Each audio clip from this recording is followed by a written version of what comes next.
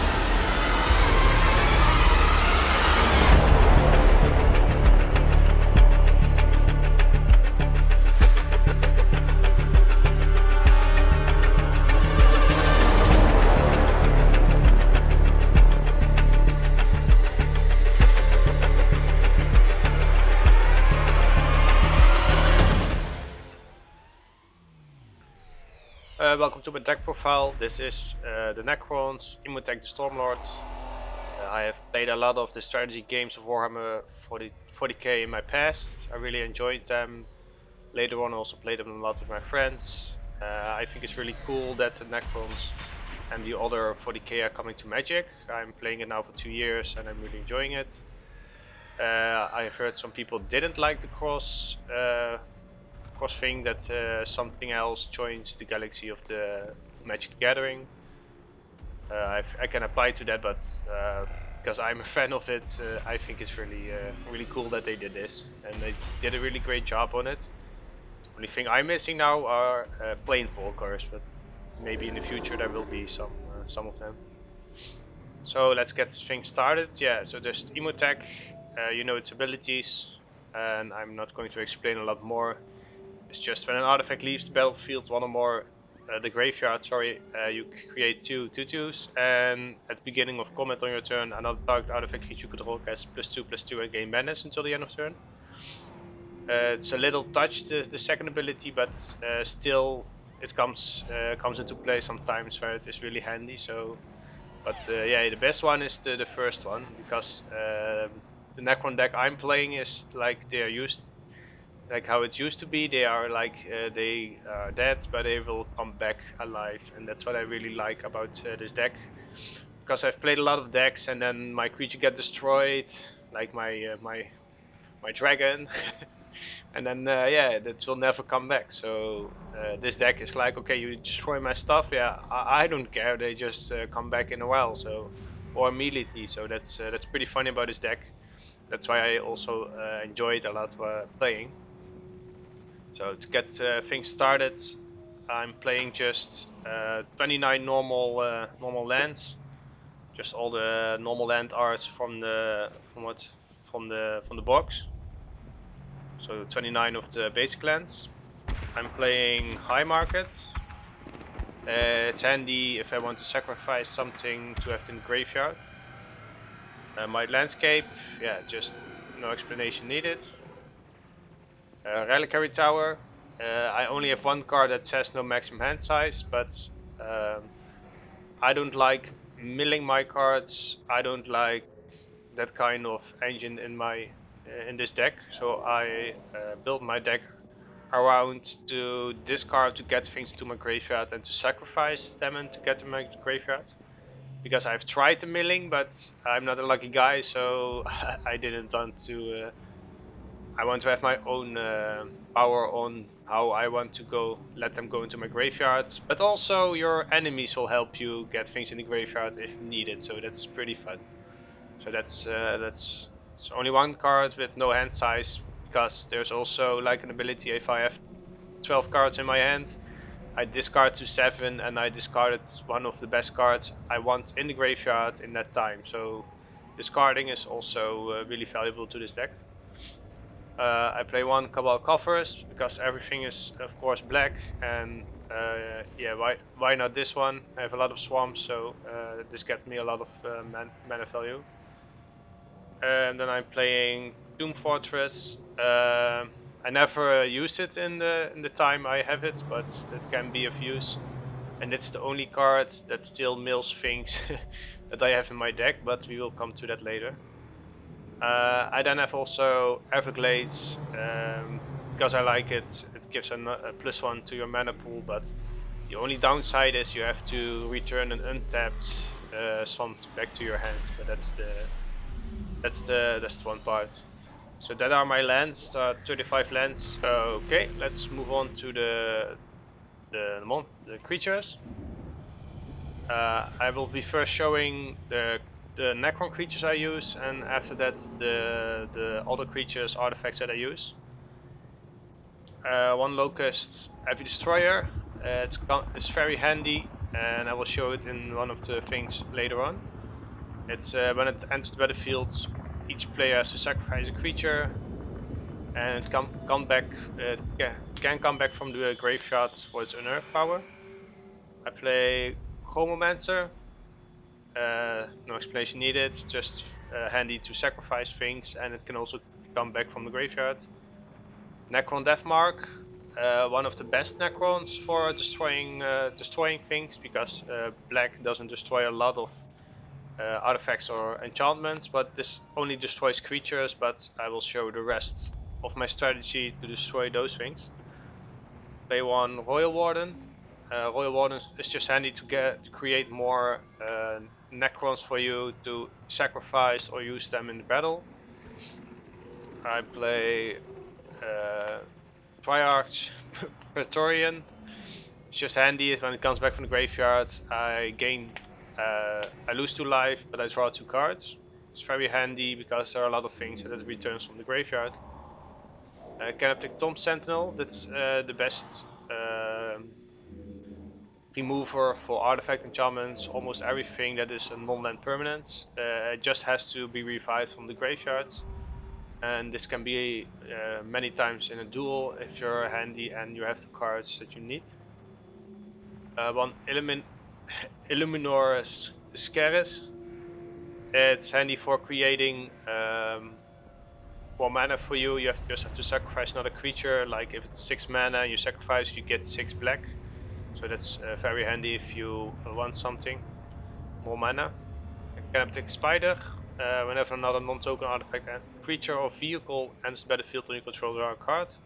It's very handy, and most of my opponents saw this card and they said that, okay, I want to destroy it right now. But the fun thing is, it can come back from the graveyard pretty fast. So that's what I say. You can destroy my stuff, but I don't mind if you do. Cryptek.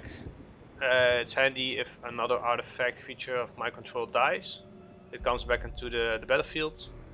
And it's handy because if I now sacrifice a creature and I set the discard target that card, so it dies and it comes back immediately. So it hits the graveyard and it comes back to the battlefield immediately. So that's the fun part.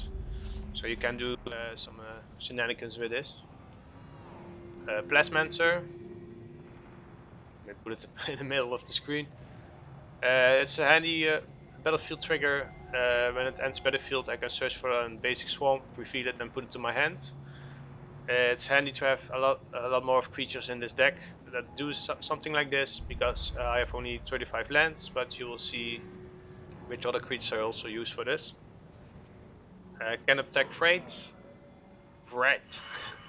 It's a handy one. Just like I said, I need more creatures that also give me mana or lands. And this one cannot be blocked, and when it attacks and it deals combat damage to a player, I can pay 3, sacrifice it, and if I do, search your library for up to 2 basic hand cards with the same name as you control, put them to the battlefield tapped, then shuffle. So it's just handy, just it's sacrificed, and in your next turn you revive it from the graveyard, and later on you can attack again, you get again 2 lands. So it's pretty handy for this deck to get your lands going.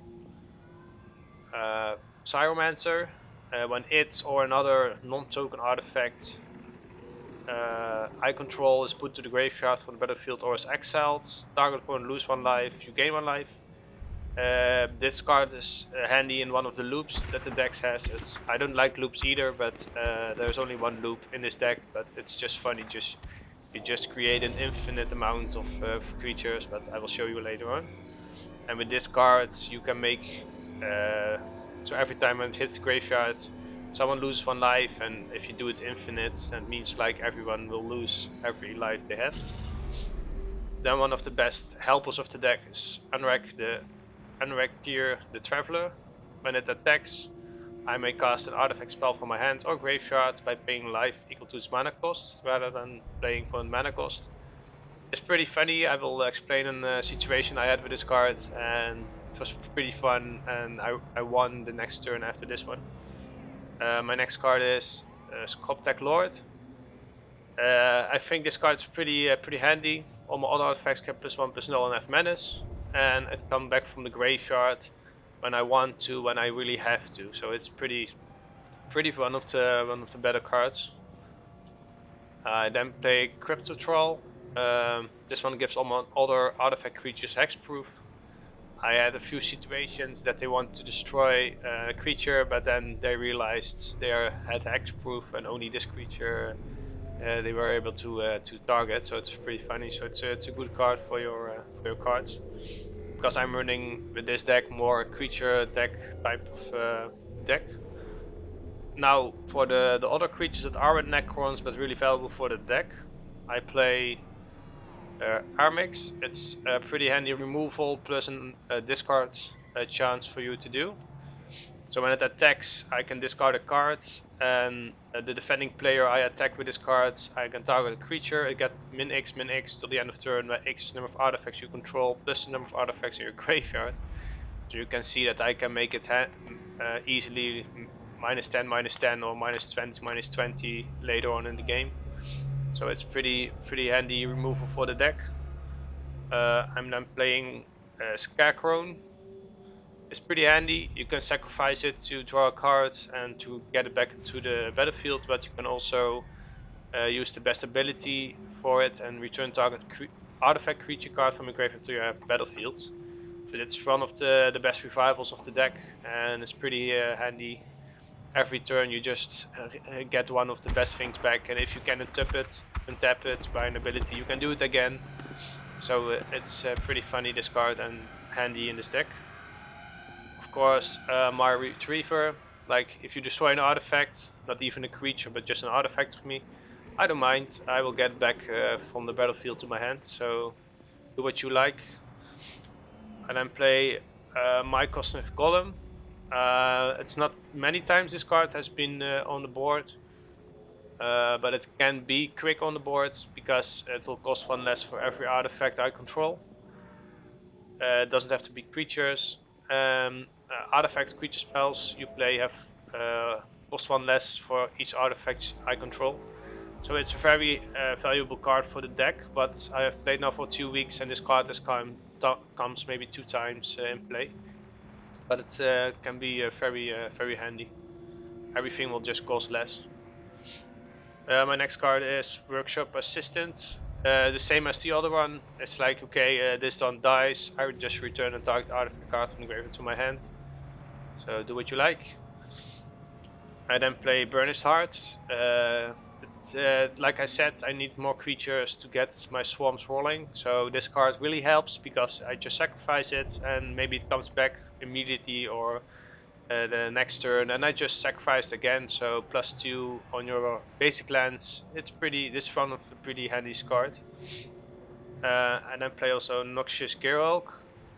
This one is one of the value cards of the deck. It enters the battlefield, destroy another creature, and I gain life equal to the toughness.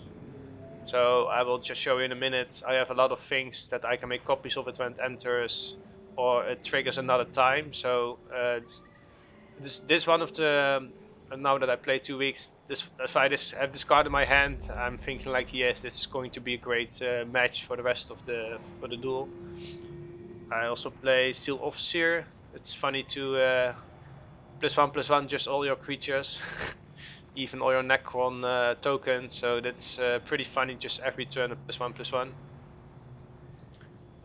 Bright Steel Colossus. I will show a combo I did a few times now, 2 times that I won with it. It's one of the more expensive cards of the deck, but it's just when this dude hits the battlefield, you just see your enemies trample. That's just pretty funny. And if you have your card that says all the artifact creatures cannot be targeted, have hexproof, so you will be in a nice spot. But I will show you in a second one of the combos you can do. That one is already bad, but what if you have 2 coming in the battlefield at the almost the same time? So then your enemies will trample 2 times more. So that's a funny thing I will show later on. Triplicate Titan. I like this card a lot. When it just gets destroyed, I get 3/3 with flying, a 3/3 with vigilance, and a 3/3 with trample. So if I sacrifice this card, I get 3 creatures back, and maybe I can revive it immediately or a little bit later on, and then I can do it again. So it just gives a lot of value, and it helps for attacking and every stuff. So this card is pretty funny, but it is 9 mana cost. So if you have it in your start hand, you have to wait a little. But every time it's on the battlefield, I'm really going well in the duel. And I play Praxian Final Form. It's like the second card a little bit, but a little bit different. I can now also have activated in my graveyard to encore it for 12.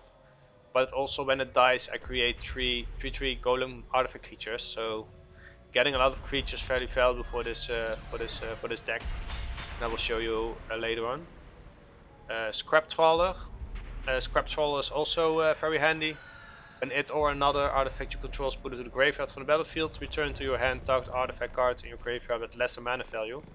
So if this and 4 other artifacts are destroyed on your board and they hit the graveyards, it triggers multiple times and you can return multiple things back into your hand.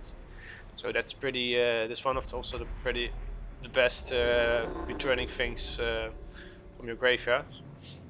And then I play Steel Hellkite. Like I said, black doesn't have a lot of removal stuff, so artifacts or enchantments. And if I attack my enemy with this one and I use its second ability, I get to destroy everything on his board. So well, and not his lands, but like I said, Steel Hellkite is also one of the plus of the deck.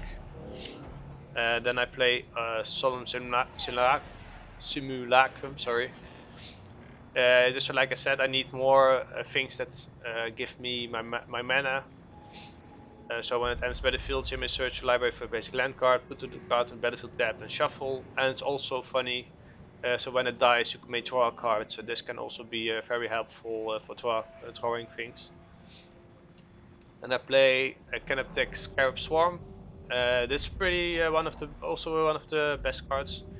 And you will say why? Well, I will explain why. You can exile a whole graveyard of your enemy, and if you play a card that says to return all cards from creatures from the graveyard, it's pretty funny. You play this card, you banish his graveyard with a lot of creatures maybe, and then you play the card to revive every graveyard back into the field, but then they don't have any. So it's come one time into the occasion, and it was pretty funny to see my opponent's head go like, oh fuck, there goes everything.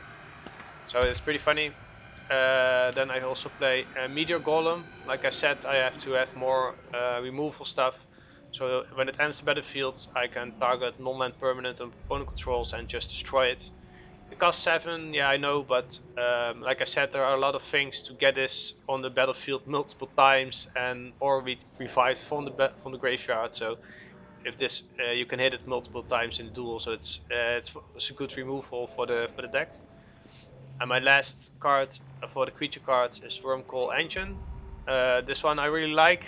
It's one of my favorites of the deck. It's not a Necron card, but if you look, it's black, gray, and it has a green energy source. So that's why I immediately chose this card to go into the deck. But also Death Touch Lifelink is very handy, and also when it gets destroyed, I get 2 worms back, 1 3/3 Death Touch and 1 3/3 Lifelink. So Lifelink's also a little bit important to the deck, because I will show it with a few other cards in a minute. 1 second. And for my enchantments, I play Erebos. It's very handy just for draw power. Like I said, gaining a little bit of life through the duel is important, because now I can also pay life to draw cards. It's just very handy to draw a draw engine for the deck, and it's also indestructible, so if they want, they can destroy it. And also can become a creature where I can attack or block with if my devotion is 5 or more for black. So that's why I have it in the deck. One of the best enchantments of the deck is Tortured Existence. It's pretty funny. So yeah, my commander is on the board, and there's a creature in my graveyard and a creature in my hand.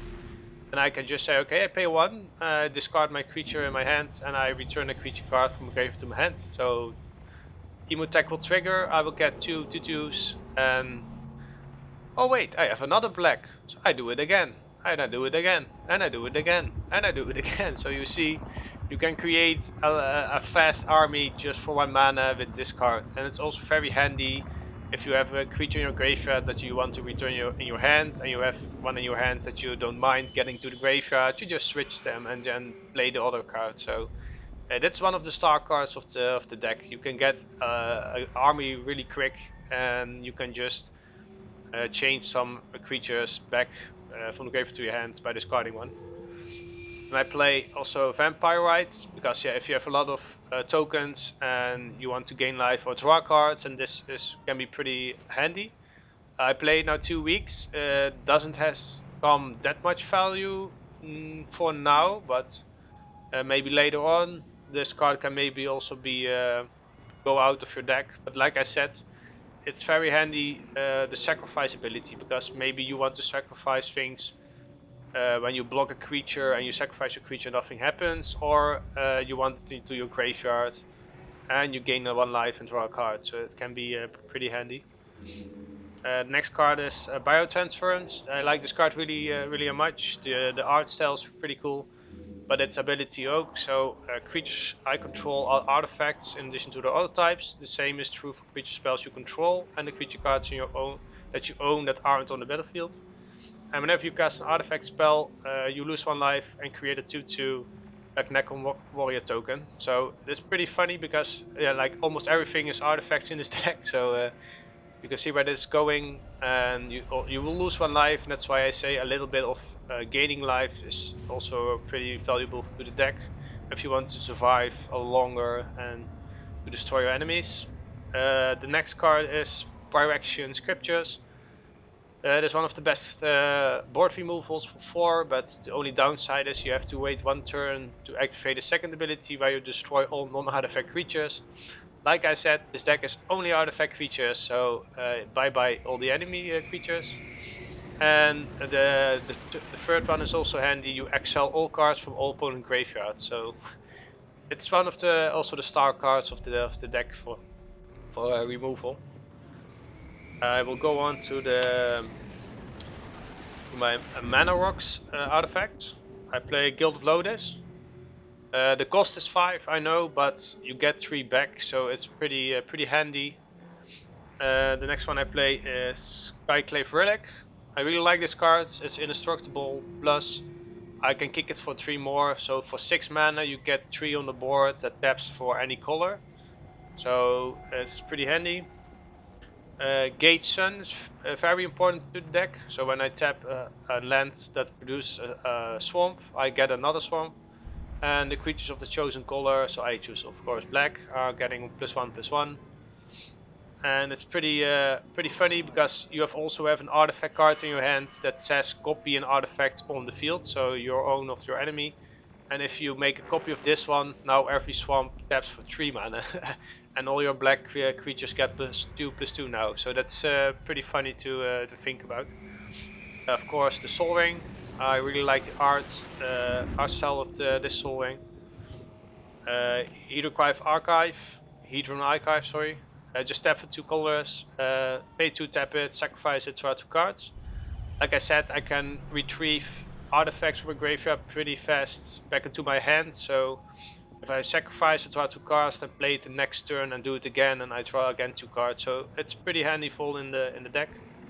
In the last mana rock I play is Scepter of Eternal Glory. I really like the art style in this one, and it is pretty good card.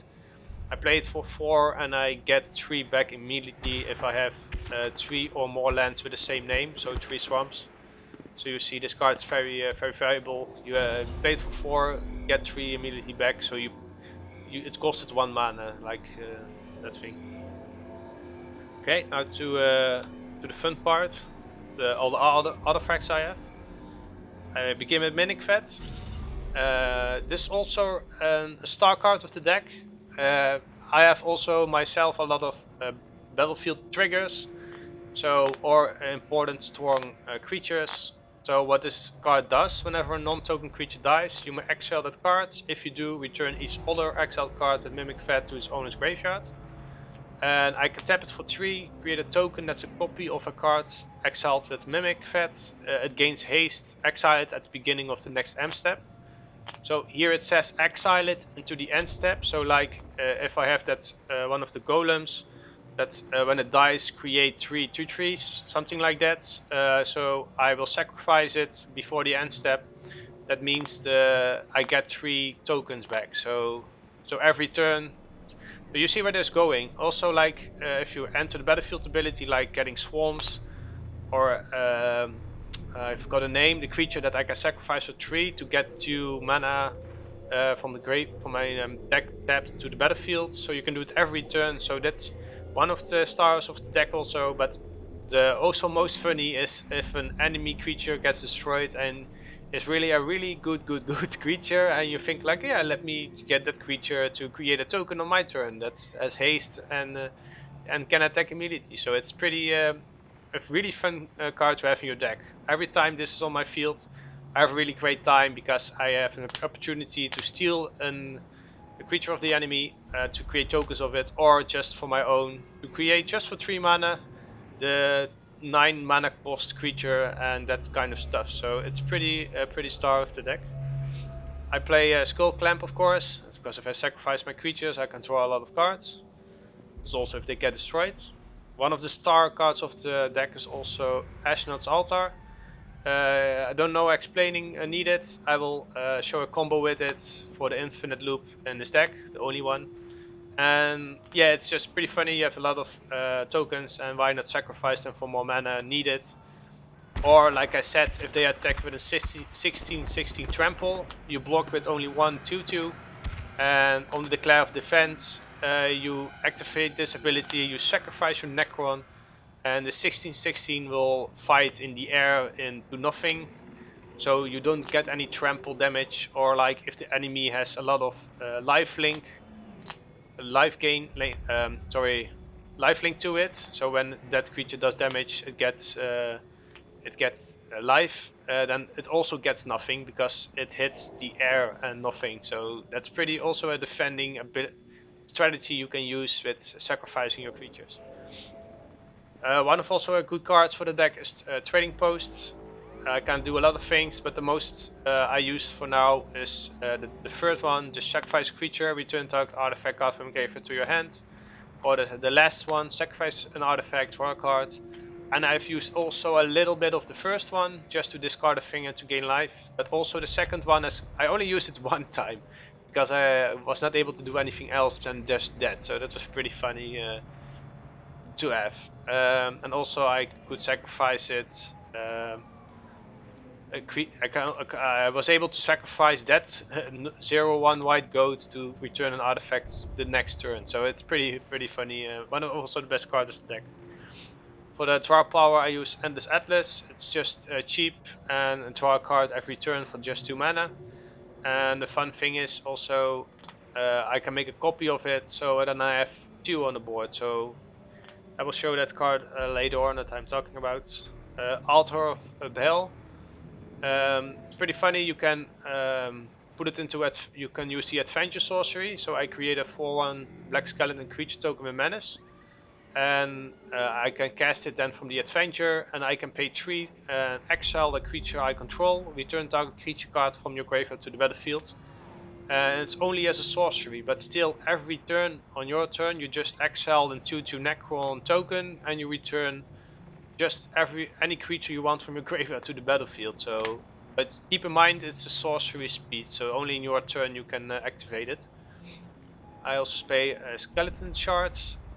Just for 1 black, I tap it, return target artifact creature card from your graveyard to your hand. So return stuff to your hand. It's pretty handy. So they just destroyed one of your best creatures, and they are like, oh yeah, now it's gone. But then yeah, you play this one, return it to your hand, and then play it again. So it's like I say, you can destroy my stuff, but I don't mind if they go to the graveyard. So one of the star cards of the deck is Mirrorworks. Like I said, I can wait. Let me get it really quick. So I like this card, like almost every card you can think of, but I'm now searching for that one. Bright Steel Colossus. It ends the battlefield. It triggers Mirror's Work.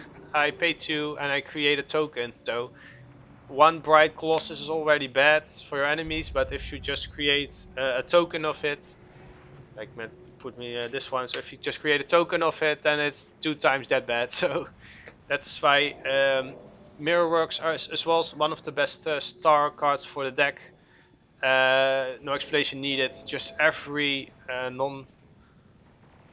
non-token artifact. So also like your Soul Ring or something, Cage Sun, like every artifact. So this card's pretty one of the star cards of the deck. That's you have to keep in mind. Then I play Panamornicon.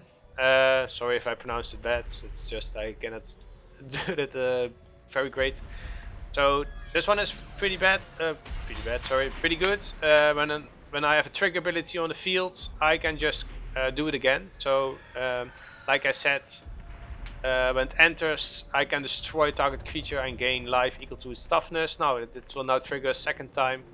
In combination with Mimic Vet, you can, yeah, it like triggers 2-3 times. It doesn't matter. It's just very handy, and you get a lot of value out of it. The next one I'm also playing is Wish Claw Talisman. It's pretty fun in a multiplayer game to let me search for a card and give it to an enemy and say, or just say like, hey, if I give it to you, uh, if I give it to you, will you give it back? So you will be able to just search any card you want, and they're like, okay. So they will, I will use it, give it to my enemy. They will use it, give it back to me. I can use it for the last time, and then I have to give it to a random enemy. But it hasn't any wish counters on it, so they cannot use it, but it stays on their board. But I had one time that I destroyed this card on the field and then returned that card from my graveyard back into my hand, played it again, and I could do it again. So it's pretty funny situation you get, and it's just handy. Like black is good at searching cards, but I'm only running 2 cards in this deck. Let me see. Then I'm also playing Mind's Eye. Sorry. Draw power is very handy in this deck. It is 5 mana cost, and maybe you have also better creatures or artifacts that will give you draw power. But I have seen this card now one time playing in those 2 weeks, and it was very valuable. Just was 6 cards before my next turn, so and I can continue doing this whenever I have the mana for it. So keep in mind it's a little bit expensive playing it, but you can also play it maybe for free just by paying life with one of the creatures you have. So it's really I think it's a handy draw power for the deck. Then I play Bola Citadel, no explanation needed. It's one of also the best cards for the deck. You can get so many pluses just out when it gets on the board. It's really sick. And like I said, life gain is also a little bit of important to the deck, because also like for this card you need a lot of life. I also play Resurrection Orb. Equipped creature have lifelink. And whenever equipped creature dies, return that card to the battlefield on its owner's control at the beginning of the next end step. It's just handy for giving you something lifelink, and also to get it right back on the field in the end step. And like I say, you have a lot of trigger abilities when it enters the battlefield, so it triggers in the end step also. Sculpting Steel. This one is also one of the star cards of the deck. You can just copy any artifact on the battlefield, so your enemies or your own. Like I say, you get a lot of shenanigans with this card. Just create another... wait, let me get the creature back. Where did I put it? Brightsteel Colossus. Just make a copy of it, and you have 3. You have 3 of them on one turn. So you play the card, create a copy, and then play this card, create a copy of Brightsteel Colossus also. So now you have 3. So it's pretty funny. But you can like copy your Soul Ring, copy the enemy Soul Ring. You can do a lot of things with this card for just 3 mana. So it's also one of the star cards of the deck. I'm also playing Darksteel Forge. Darksteel Forge is very important. It costs 9, but making every artifact you control indestructible with like 95% is artifacts. It's pretty damn important. Yeah, I mean not the lands, but just keep the lands out of it. For the next card also I'm playing Chronicle Plating. Also one of the star cards of the deck, because you have like an attacking deck with creatures. It's pretty funny. I played this card. I attacked with my 4/2/2s my enemy, and he blocked with his commander 5/5. And on declare block, just pay 2 black, attach this to one of your tokens, and you will kill his commander. And then he's like, oh fuck, I didn't had to block that one. So you can be pretty fun with this card for letting one creature go through with a lot of damage. on instant speed. So it's also one of the star cards of the deck. I'm also playing Nim Deathmantle. It's also one of the star cards of the deck. Like I said, if a non-token creature is put into my graveyard from the battlefield, you may pay 4. If you do, return that card to the battlefield and attach it to it. So like I said, it's one of the loop star cards of the deck, and it's just really funny to return stuff.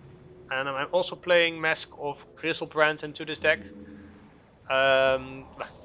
Like I say, life gain is important to the deck because you have to hold on for a few turns or discard. This card also gives you a lot of draw power. For instance, I had like 6 cards in my hands, and a creature 7/7 of mine was destroyed. I paid 7 life. I drawed 7 cards, and I put like on discard 9, 8, or 7. I don't know what it exactly was, but creatures into my graveyard. A lot of good creatures, and then my next turn I revived them all back into the field with 1 card. So it was pretty funny to see. So this card's pretty good. It also gives the equipped creature flying and lifelink, so it's very handy. It's come very handy for me now, and it's also an artifact. So and for my sorceries, I use Living Dead. Like I say, that's one of the best revivals for your deck. Just revive every creature card in all the graveyards. Yeah, every player has to exile all creatures in their graveyard, then have to sacrifice every creature they have, and then all the exiled creatures get to the field. So like I say, if you just banish your opponent's graveyard before you do this, then you're in a really good spot because you have a lot of artifact creature cards in your graveyard. My second card is Their Name is Death, one of the best board wipes of this deck. Just destroy all non-artifact creatures, and like I say, this deck has only artifact creatures, so it's really big plus to see. You're in a really good spot. I play Black Sun Zenith. I play this card more than every creature gets -1/-1/-1 for every swamp you control. This card I can say how much I can choose for itself, and also it returns to my deck after I used it, so I can maybe use it another time in the duel. So that's why I've chosen this card. It's pretty good. I play Increasing Ambition. You can also play the 60 € cards if you want, but like I say, I just don't like to give a lot of money just to 1 card. And this card is 5th mana cost. It's a little bit big. That is true, but if this card gets in your graveyard, you can pay 8 for flashback, and you can just search for 2 cards. So with 1 card, first you can search for 1, is in your graveyard, and you can search for 2. So that's why I've chosen this card, because I think it's a lot of value, and it's not like a 60 € card, something like that. It's pretty nuts. And I also play Beacon of Unrest. This is also one of the best star cards of the deck. Just return an artifact or creature card from my graveyard to the battlefield. And then what I really like about this card, it's a sorcery, but it will return into your deck at the end when he did his thing. So it just returns to the graveyard. So that's what I really like. So sorceries you play and get back into the deck. So that's yeah, that was it for my sorceries. This was my deck profile. Now I'm going to show you the loop you can do with the deck. Give me a minute. Getting all the cards.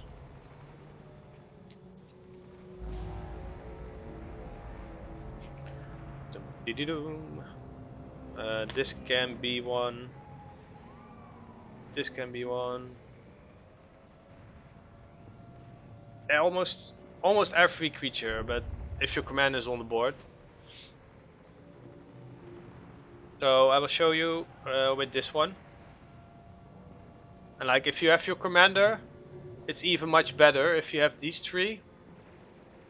And your commander is even better, but your commander doesn't have to, but I will show you what I mean. So for instance, maybe also another card. Just a creature, don't mind what creature it is. So for instance, Let me get him back into the screen. So, activate Espen's altar. This creature gets sacrificed, get to colorless. Sacrifice triplicate Titan the next time. Then I have 4 mana. I create 3 tokens because the creature died. So this one, and this one. And maybe if you have your commander, you can get more things, but let me show. Then you pay the 4 because the creature died. You return triplicate Titan back from your graveyard to the fields. And now you will do just sacrifice 2 or 1, sorry. Sacrifice then the Titan, you pay 4, return to your field, get a lot of tokens again, and you will get an infinite amount of creatures. And if you have Imotekh also on the board, you will also get 2 2/2s every time an artifact leaves your battlefield. So it's pretty handy, and it's the loop you can do to the deck. So yeah, that was my my deck profile. I hope you enjoyed it. I have a lot of fun playing it because, like I say, you can destroy my stuff, but they will return, and I can do a lot of shenanigans and funny playstyle with the deck. So there are a lot of cards also that can be very valuable to your deck, like the one that says untap all artifacts you control in every unstep of the enemy. That can be handy, but a lot of other cards. But this deck I was building. So hope you enjoyed it, and maybe I will see you on one of my next deck profiles if I will ever make one again. But yeah, that was it. Have a nice day, and I will see you next time. Bye bye.